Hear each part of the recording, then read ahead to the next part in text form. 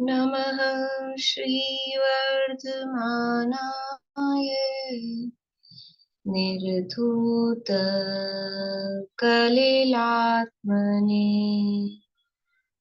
सालोकानां त्रिलोकानां यद्विद्यादर्पणायते यद्विद्यादर्पणायते सकल पापमल प्रक्षालक श्रीवर्धमान को करूं नमन लोकालोक प्रकाशित करने जिनकी विद्या है दर्पण जिनकी विद्या है दर्पण।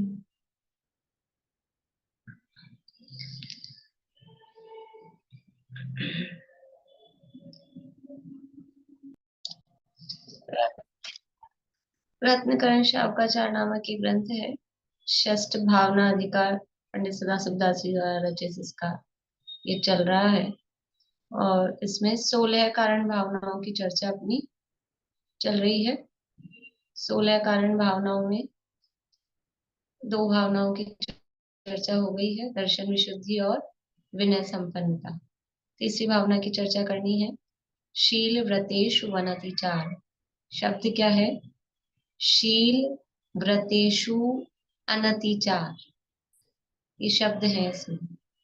शील व्रतेषु अनतिचार, उसकी संधि हुई है तो शील व्रतेषु वनतिचार, यानी शील और व्रतों में अतिचार नहीं हो, यानी अतिचार रहित शील और व्रतों के पालन की जो भावना है उसका नाम है शील व्रतेषु अनतिचार भावना। अब प्रश्न ये है कि शील क्या है और व्रत क्या है? शील किसे कहते हैं? शील किसे कहते हैं?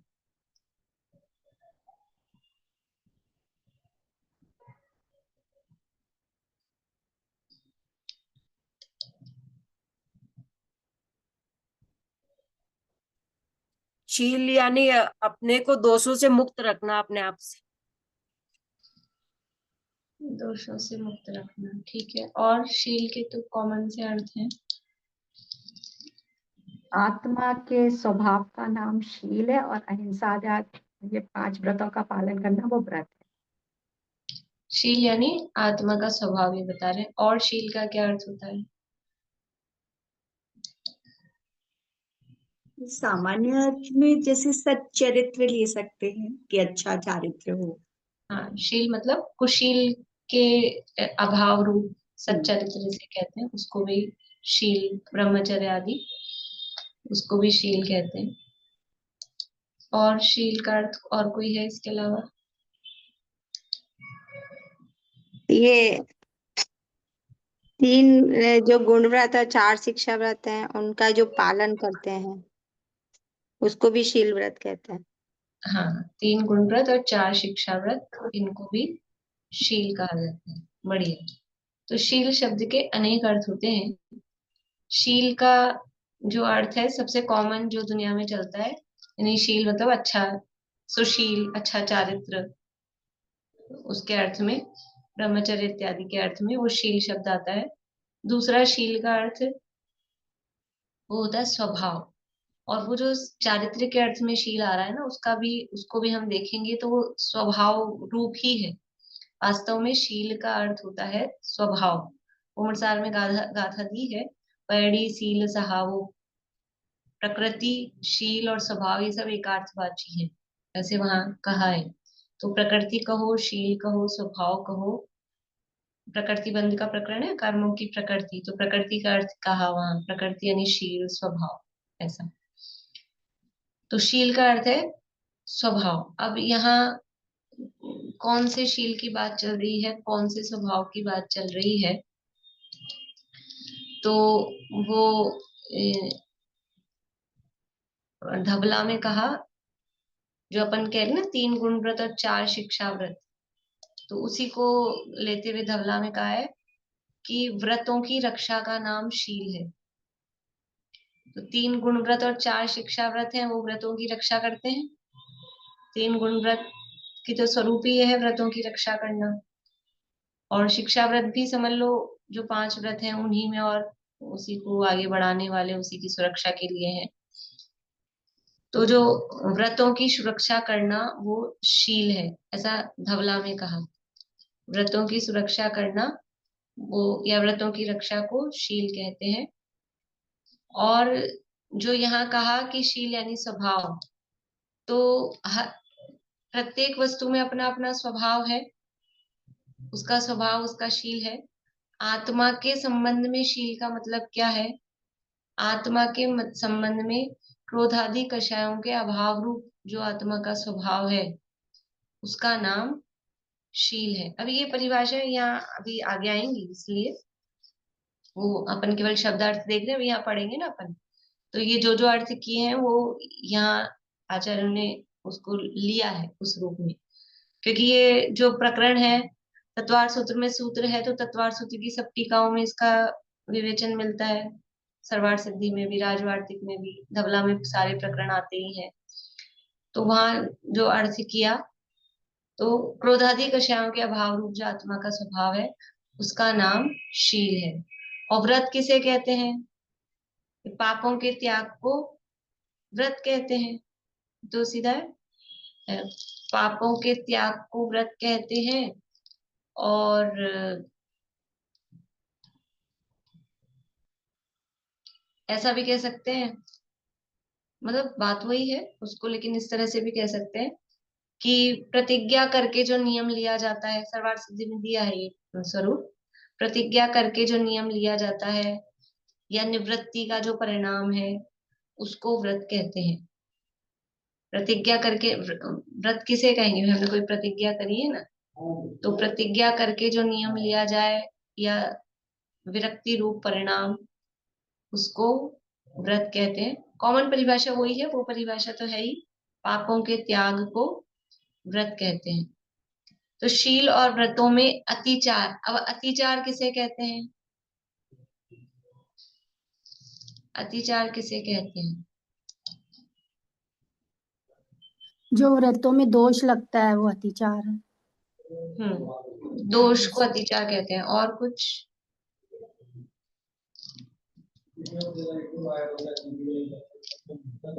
एक बार लगना, जैसे बार बार नहीं लगना चाहिए, कभी एक बार लग जाए उसको अतिचार कहते हैं। हाँ, यानी व्रत का एक देश भंग हो, मतलब व्रत में अल्प दोष लगे, उसका नाम अतिचार है। बार बार में अगर वो दोष लग रहा है तो उसका नाम अतिचार नहीं है, वो तो अनाचार हो जाएगा। तो व्रत में किंचित दोष लगा, या कभी कभी कभार, जैसे कहते हैं कथनचित दोष लगा, तो उसका नाम अतिचार है। अथवा सामायिक पाठ में, जो अपना सामायिक पाठ है ना सत्रेषु मैथुन वाला, उसमें भी है। तो वहां कहा कि विषयों में प्रवर्तन करना, उसका नाम अतिचार है। वहां अतिक्रम, व्यतिक्रम, अतिचार, अनाचार, ऐसे 4 स्वरूप दिए हैं।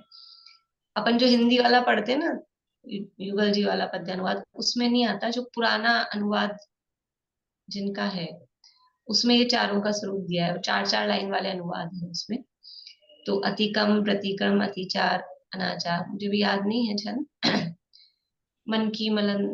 मन में मलिनता होने को है अतिक्रम कहा, इस तरह से कुछ है उसमें। तो अतिचार का मतलब क्या है? विषयों में प्रवृत्ति हो गए, वो काम कर लिया है, तो वो अतिचार के अंतर्गत आता है। अथवा अतिचार कहेंगे कि व्रतों में हमको शिथिलता है। देखो, अति दोष कब लगेगा? शिथिलता होने पर ही लगेगा ना। अगर अभी अपन ये पढ़ रहे हैं कार्तिकेय उपेक्षा में प्रतिमाओं का स्वरूप, तो वहां हर प्रतिमा में लिखते हैं दृढ़ता से पालन करता है, दृढ़ता से पालन करता है। दृढ़ता से पालन करता है का मतलब क्या है? अतिचार नहीं लगाता है। और जो दृढ़ता से पालन नहीं करेगा मतलब शिथिलता है। शिथिलता रहेगी तो दोष लगेगा ही। व्रत के प्रति अगर उतना उत्साह और उतनी दृढ़ता नहीं है तो दोष लगेगा। तो व्रतों में कथनचित दोष लगना, दोष में मतलब बार बार में दोष में प्रवृत्ति नहीं होना, व्रत में शिथिलता होना अथवा विषय में प्रवर्तन हो जाना, इसका नाम अतिचार है। अब ये कह रहे हैं अनतिचार, कि हमारे विषयों में प्रवर्तन नहीं हो, व्रतों में शिथिलता नहीं हो, व्रत में दोष नहीं लगे, ऐसी भावना। जो व्रत है और शील है उसमें हम शिथिलता नहीं हो, उसमें दोष नहीं लगे, ऐसी भावना है, वो शील व्रतेषु अनतिचार भावना कहलाती है।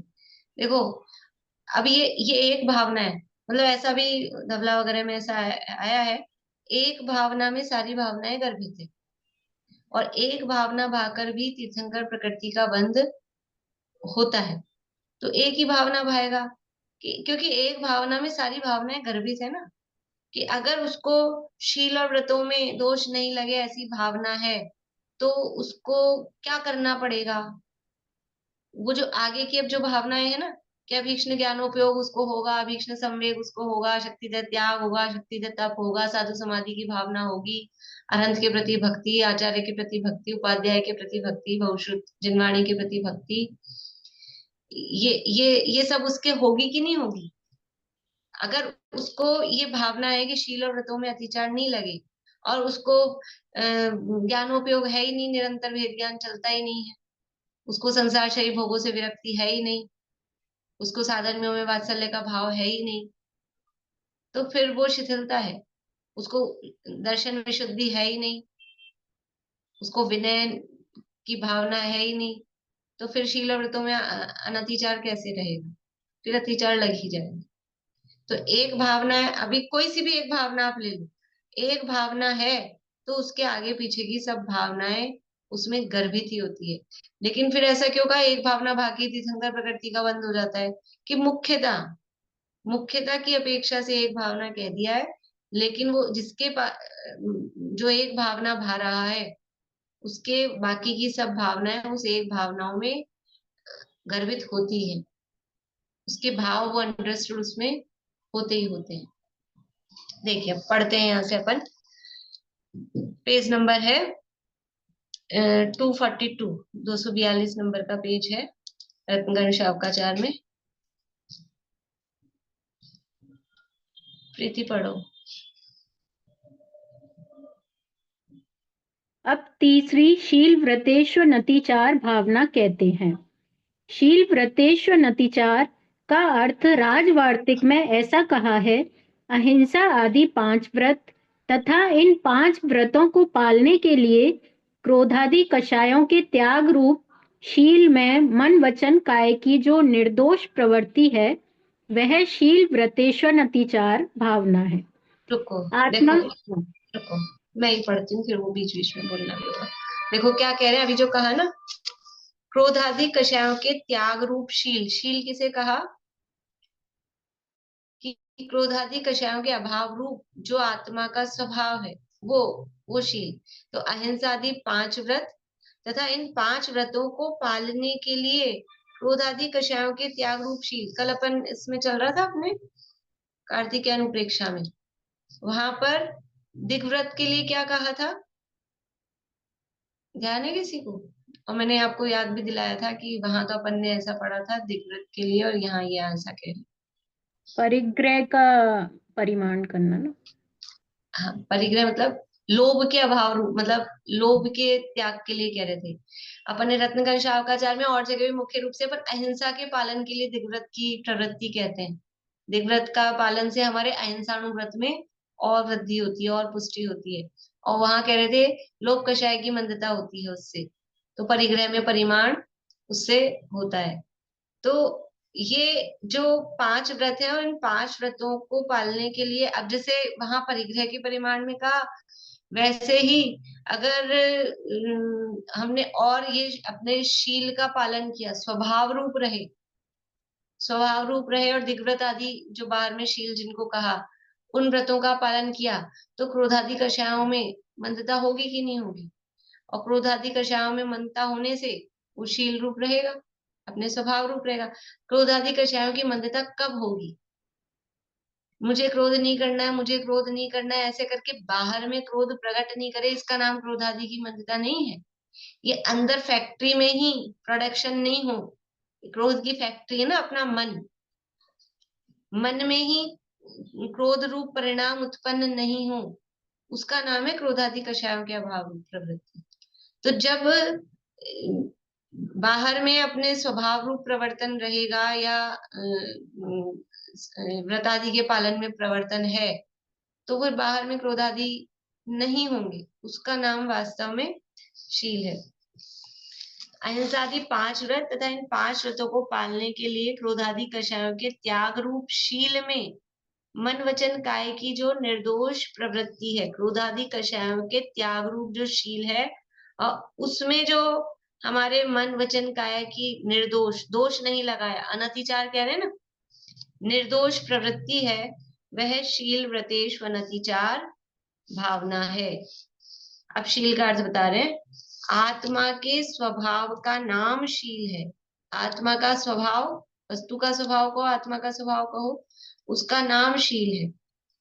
आत्म स्वभाव का घात करने वाले हिंसा आदि 5 पाप हैं। उनमें काम सेवन नाम का एक ही पाप हिंसा आदि सभी पापों को पुष्ट करता है तथा क्रोधादि सभी कषायों को तीव्र करता है। अतः यहाँ जयमाला के अर्थ में ब्रह्मचर्य की प्रधानता से ही वर्णन किया है। देखो, यद्यपि आत्मा के स्वभाव का नाम शील है, तो भी जब शील का प्रकरण आता है तो वहां काम सेवन के त्याग की और ब्रह्मचर्य की प्रमुखता से ही जनरली बात होती है जब भी शील की बात होती है। क्यों? क्योंकि ये जो अब्रह्म रूप पाप है, अब्रह्म रूप पाप ये बाकी सब पापों को पुष्ट करता है। जैसे दिग्व्रत आदि हैं वो हमारे अणुव्रतों को पुष्ट करते हैं, वैसे ये काम सेवन रूप पाप, अब्रह्म रूप पाप, ये हिंसा, झूठ, चोरी, परिग्रह, इन सबको पुष्ट करता है। और इसके कारण क्रोध आदि कषायें भी तीव्र होती हैं जब ये भाव मन में रहता है। तो इसलिए जब शील के पालन की बात आती है तो वहां ब्रह्मचर्य की प्रधानता से कथन किया जाता है। और आत्मा के स्वभाव का नाम शील है। तो जो बाहर में जैसे अब्रह्म के त्याग को शील कह रहे हैं ना, तो जो शीलवान किसे कहते हैं? किसे कहते हैं शीलवान? कि जो अपने में रहे, अपने में संतुष्ट रहे, है ना। विवाहित है तो अपने पति में संतुष्ट रहे, पुरुष है तो अपनी पत्नी में संतुष्ट रहे, अपने घर में रहे, पर घर में न जाए, पर पुरुष या स्त्री के प्रति राग भाव से न देखे, उसको शीलवान कहते हैं। मतलब क्या है? अपने में रहे, जो जितना उसका है, जो मतलब परिकर, उसमें रहे। तो आत्मा भी अपने स्वभाव में रहे तो वो शीलवान है। और अभी आत्मा क्या हो रहा है कि भी पर में जाता है, पर को अपना मानता है। पर को अपना मानने का नाम कुशील है। किसे कहते हैं दुनिया में कुशील? किसे कहते हैं? जो अपनी स्त्री नहीं हो, जो अपने पति नहीं हो, उनमें पति और पत्नी जैसा व्यवहार करना, उसका नाम कुशील है। पर को अपना मानना, उसका नाम कुशील है। तो जो मैं नहीं हूं, मैं ज्ञान दर्शन स्वभावी चैतन्य स्वरूप आत्मा और ये शरीर आदि जड़ पुद्गल, वो अत्यंत भिन्न, मैं अत्यंत भिन्न, दो द्रव्यों में परस्पर अत्यंत अभाव है, और फिर भी शरीर को अपना मानता है, पर को अपना मानता है, पर में घुस घुस के जाता है, अपने को शरीर में घुसा हुआ मान रहा है, और बाहर में दुनिया के सब पदार्थों को अपना मानता है। ये क्या है? ये कुशील है, इसका नाम कुशील है। इसलिए ब्रह्मचर्य की चर्चा में, ब्रह्मचर्य किसे कहते हैं? ब्रह्म नाम आत्मा का, उसमें रमणता, उसमें लीनता का नाम ब्रह्मचर्य है। ये पर पदार्थ को अपना नहीं मानना, अपने स्वरूप को अपना मानना, उसका नाम ब्रह्मचर्य। तो स्वभाव का नाम शील है, और आत्मा के स्वभाव का घात करने वाले वो पाप हैं। उनमें जो काम सेवन नाम का एक ही पाप वो सभी पापों को पुष्ट करता है तथा सभी कषायों को तीव्र करता है। अतः यहाँ पर ब्रह्मचर्य की प्रधानता से वर्णन किया है। ये यहाँ बताया। अब इसकी महिमा बता रहे हैं, शील की क्या महिमा है। पढ़ो प्रीति। यह शील दुर्गति के दुख को हरने वाला है, स्वर्ग आदि शुभ गति का कारण है, व्रत तप संयम का जीवन है। शील बिना तप करना, व्रत धारण करना, संयम पालना मृतक के शरीर के समान देखने मात्र का है, कार्यकारी नहीं है। शील रहित का तप, व्रत, संयम धर्म की निंदा कराने वाला है। ऐसा जानकर शील नाम के धर्म के अंग का पालन करो, चंचल मन रूपी पक्षी का दमन करो, अतिचार रहित शुद्ध शील को पुष्ट करो। देखिए, अब यहाँ जो ऊपर कह दिया ना कि यहाँ ब्रह्मचर्य की प्रधानता से वर्णन किया, तो अब यहाँ जिस शील की बात चल रही है वो ब्रह्मचर्य रूप जो शील है उसकी बात चल रही है। और जो आत्म स्वभाव में रमणता रूप शील है वो तो समझ लो मोक्ष का कारण है। और ये जो बाहरी शील का पालन है, बाहर में पर स्त्री पुरुष को, पर पदार्थों को अपना नहीं मानने रूप शील, या फिर जो सप्तशील है, दिग्व्रत और शिक्षा व्रत आदि को पालने रूप शील, उसका जो पालन है वो शुभ भाव रूप है। तो वो शुभ भाव रूप है तो वो क्या है, स्वर्ग आदि शुभ गति का कारण है, व्रत तप संयम का जीवन है।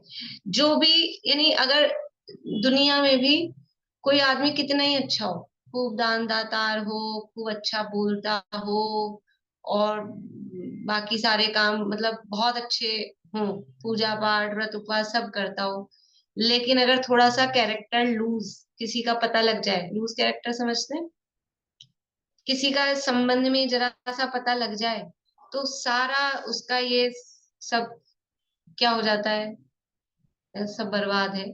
उसको कितने खराब दृष्टि से देखा जाता है कि बाहर में खूब कितना ही करे, लेकिन अगर ये शीलवान नहीं है तो सारे गुण उसके दुर्गुण हैं। और भले ही और कोई गुण ना हो लेकिन शीलवान हो तो उसके सभी दुर्गुण भी एक तरह से छुप जाते हैं। तो शील बिना तप कर रहा है, व्रत धारण कर रहा है, संयम पाल रहा है, वो सब कैसा है कि देखने मात्र के हैं, कोई मतलब के नहीं है, और वो इसके बिना का सब वो निंदा कराने वाला है। इसलिए शील के अंग का पालन करो। पढ़ो आगे।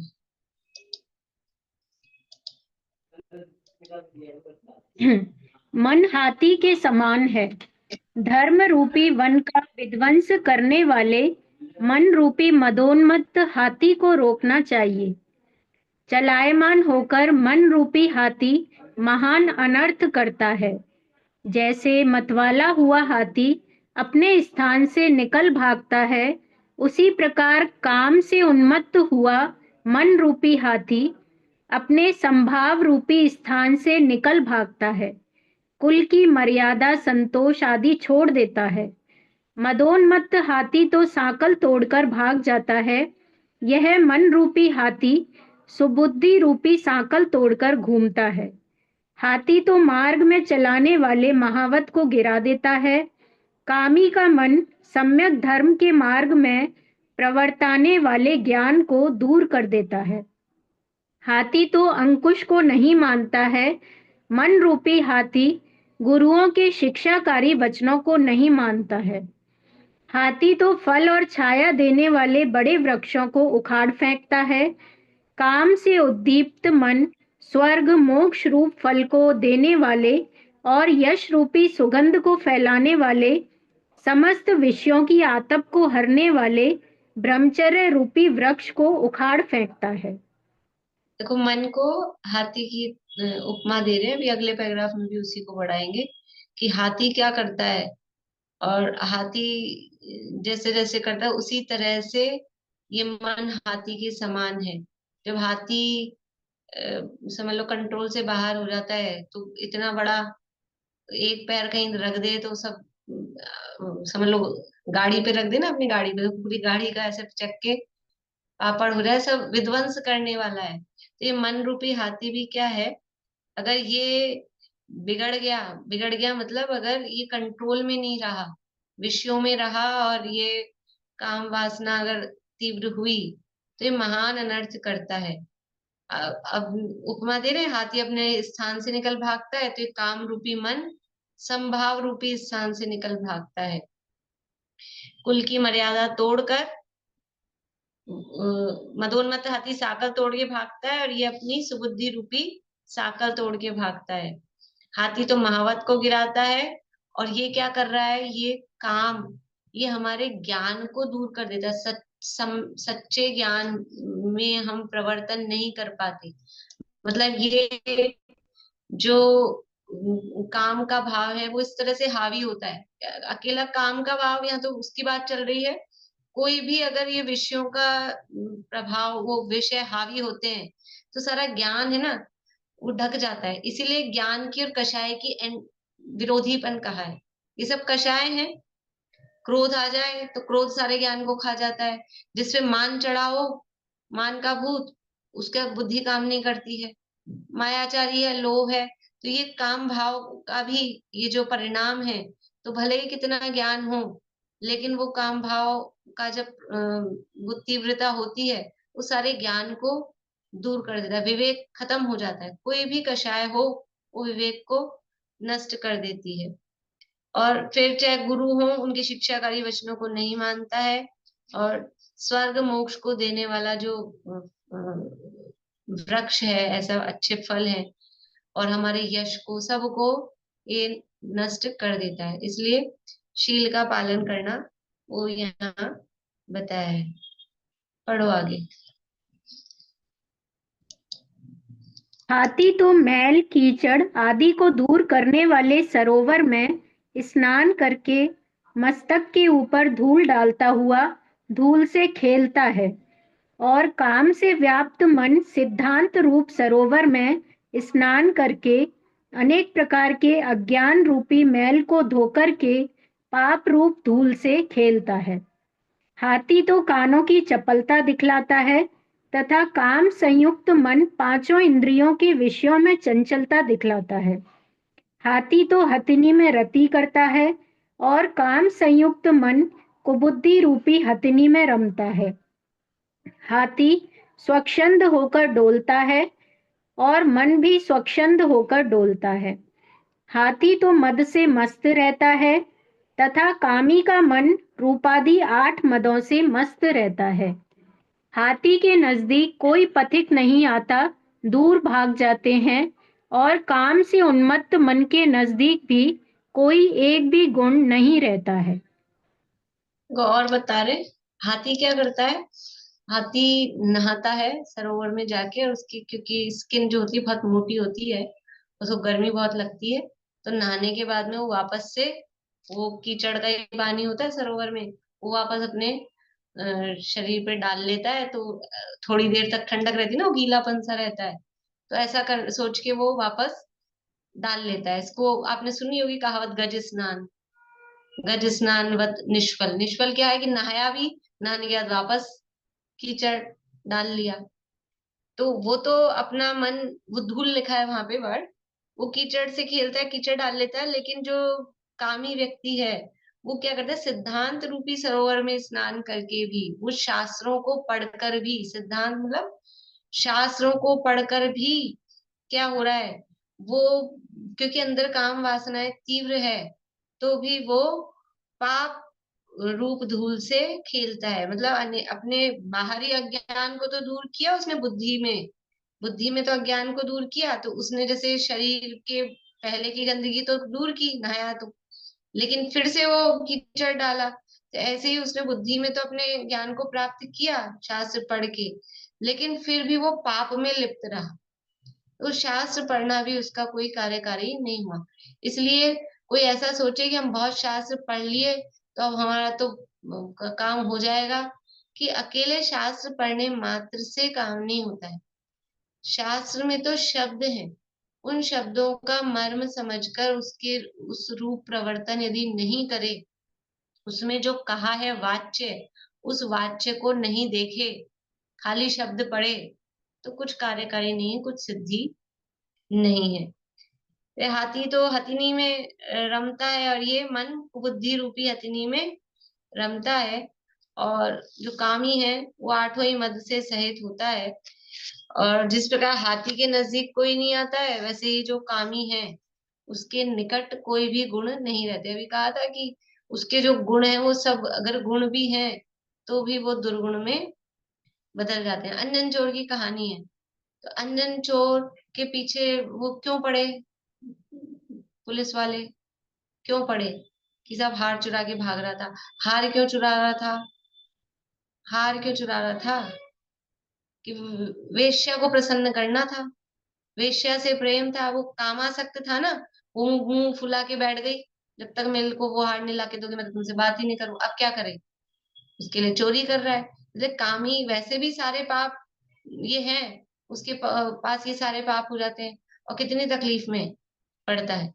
वो तो उसको समझ लो विद्या हो गई आकाशगामिनी, नहीं तो क्या था, पकड़ लेते कोतवाल में फांसी की सजा सीधा।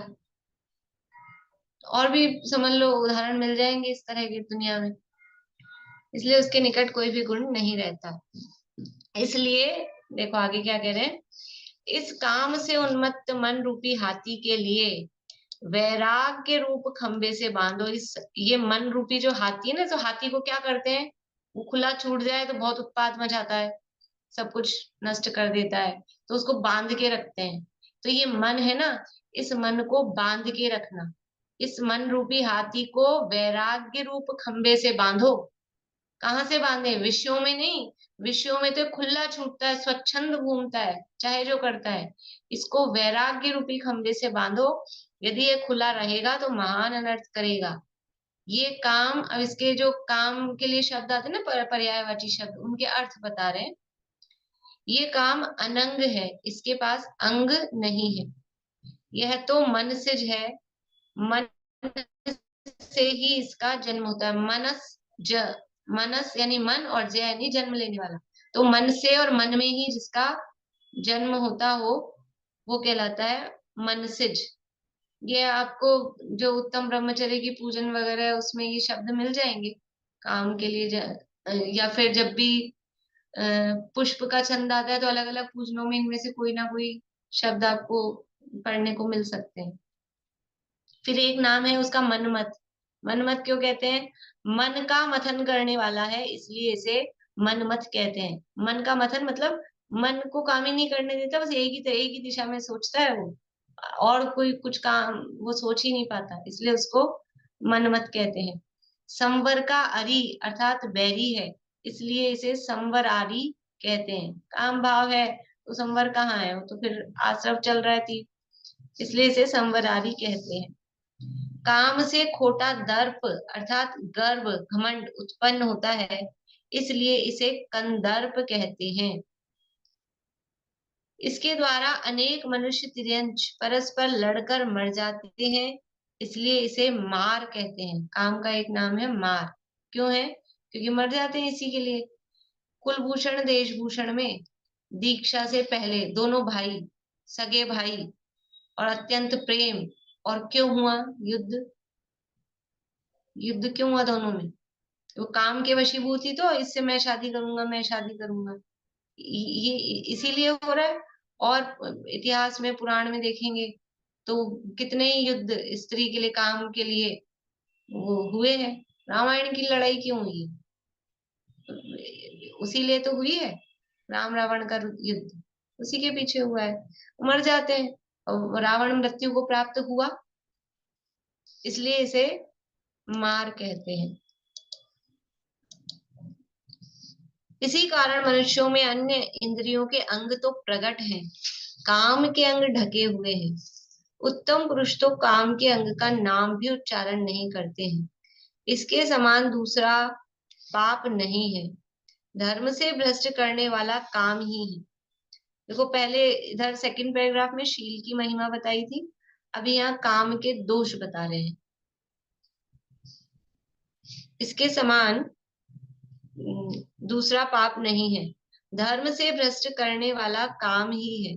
इस काम ने ऋषि मुनि देवता हरि हर ब्रह्मा आदि को भ्रष्ट करके अपने अधीन किया है, इसलिए सारे जगत को जीतने वाला एक काम को ही कहा जाता है। इसको जीतने वाला मोह को सहज ही जीत लेता है। अन्य मतियों की कहानी आपने पढ़ी होगी, ब्रह्मा जी की 4 आंखें कैसे बन गई, 4 मुंह कैसे बन गए? सुनिए आपने कहानी। अन्य मतों में जो ब्रह्मा की कल्पना की जाती है, 4 मुख वाला उनको माना जाता है कि वो बैठे थे तपस्या करने, और इंद्र ने देखा ये इतनी कठोर तपस्या कर रहे हैं, मेरा सिंहासन छिन जाएगा उनकी, तो इंद्र का तुरंत उसको डर लगता है। इंद्र जैसा डरपोक दुनिया में कोई नहीं, ये कोई तपस्या कर रहा हो तो मेरा सिंहासन छिप जाए, वो छीन लेगा। तो इंद्र को चिंता हुई स्वर्ग में, तो उसने भेज दिया अप्सरा को, किसको जो भी नाम होगा, तिलोत्तमा या जो भी है, उसको भेज दिया, तिलोत्तमा ही है, ठीक है, उसको भेज दिया। वो आके अपने नृत्य गान हाव भाव दिखाने लगी, तो सामने दिखाने लग गई, तो पहले वो ब्रह्मा जी एक आंख खोल के देखने लगे, फिर वो बढ़िया लगने लगा, रुचि आ गई उसमें, दोनों आंख खोल के देखने लगे। फिर वो इस साइड आ गई, राइट साइड में, तो अब क्या करें, तपस्या कर रहे हैं, चेहरा घुमाएंगे तो सबको पता लग जाएगा, कैमरे में फोटो आ जाएगी, इन्होंने चेहरा चेहरा घुमा लिया है। तो क्या किया, शक्तियां तो थी, तपस्वी थे, एक मुंह इधर बना लिया, इधर आंखें हो गई, इधर देखने लगे। फिर वो पीछे चली गई, तो एक मुंह पीछे बना लिया, फिर वो इस साइड आ गई, फिर एक मुंह इस साइड बना लिया, ऐसे करके 4 मुंह हो गए। भ्रष्ट हो गए, तपस्या से भ्रष्ट हो गए। इंद्र प्रसन्न हो गया, चाहता ही यही था, ये भ्रष्ट हो जाए। ये अच्छे अच्छे बड़े बड़े, ये ऋषि मुनि देवता हरि हर ब्रह्मा, ये सब किससे भ्रष्ट हो गए? काम के वशीभूत होकर उससे भ्रष्ट हो गए। कहानी पढ़ो ना, जो शिव जी की जो कहानी आती है ना, शिव जो अंतिम जो अपने यहाँ रुद्र कहा जाता है, और वहां शिव जी, उनकी भी मतलब सारी दुनिया में उन्होंने अत्याचार मीन्स, क्योंकि ये मुनि होते हैं, भावलिंगी मुनि होते हैं, और 10 पूर्वों का इनका ज्ञान हो जाता है उसी भव में। 9 पूर्व तक का ज्ञान तो मिथ्या दृष्टि का होता है, 10 पूर्व का ज्ञान भावलिंगी मुनिराज को होता है, और 10वें पूर्व का नाम है विद्यानुवाद। विद्यानुवाद का में अनेक प्रकार की विद्याएं प्रकट हो जाती हैं, सिद्ध हो जाती हैं। तो वो विद्याएं आकर खड़ी हो जाती हैं मुनिराज के सामने कि आपने हमको सिद्ध की कर दिया, हम आपकी सेवा में हैं, बताओ क्या आदेश है।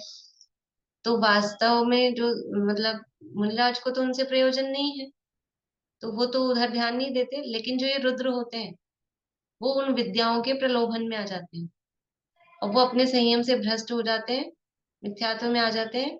और अब वो विद्याएं तो क्योंकि प्रकट हुई हैं, तो कुछ समय तक उनकी अधीनता में रहती हैं, उनके उसमें चलती हैं, तो वो उस विद्याओं मतलब वो काम हावी हो जाता है उन पर, और उस विद्याओं के कारण वो बहुत, जो कोई स्त्री सुंदर उस समय जो होती है, सबको, यानी सबको मेरी सेवा में लाओ, और ऐसे करके उस पूरी दुनिया में, मतलब जो भी है देश में, इस तरह का करते हैं, तो सब परेशान हो जाते हैं कि क्या करें अब।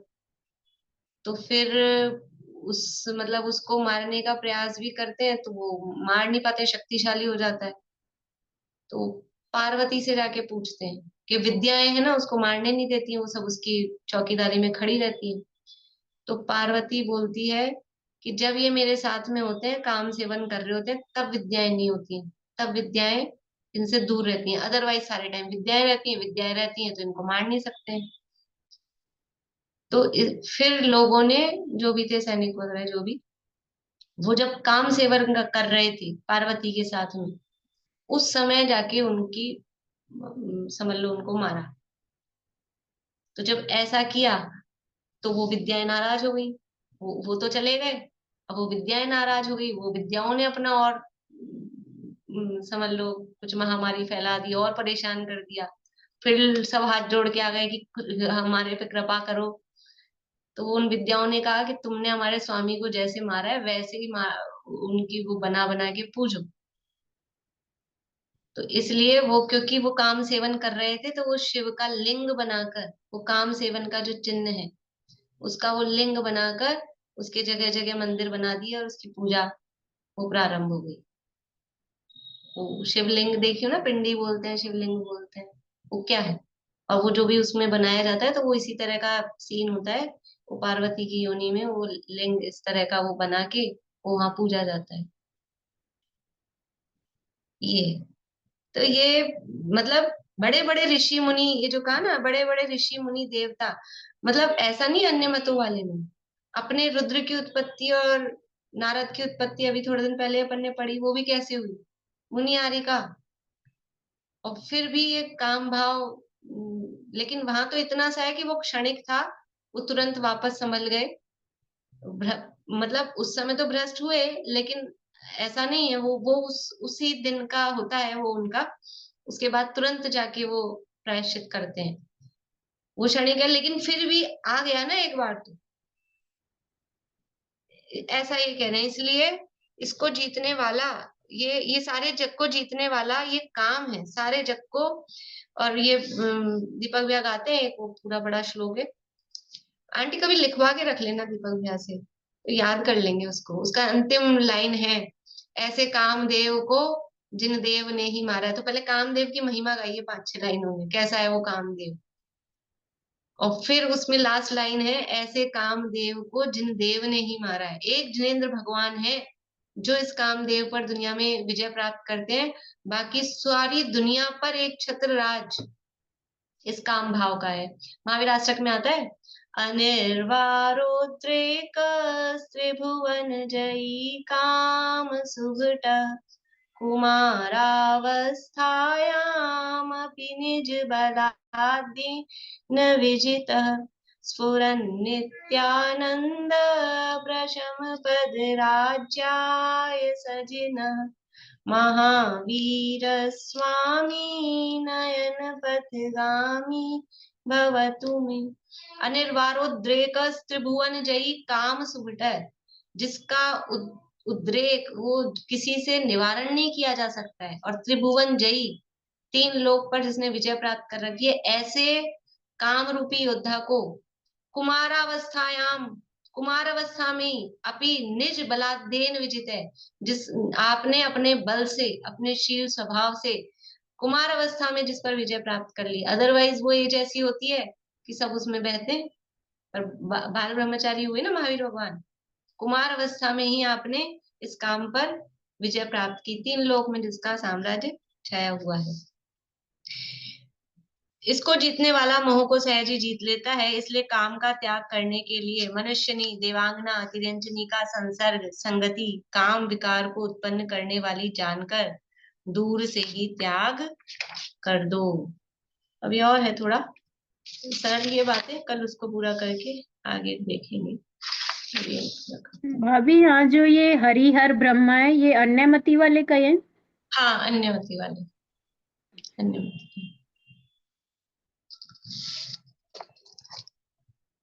Yes.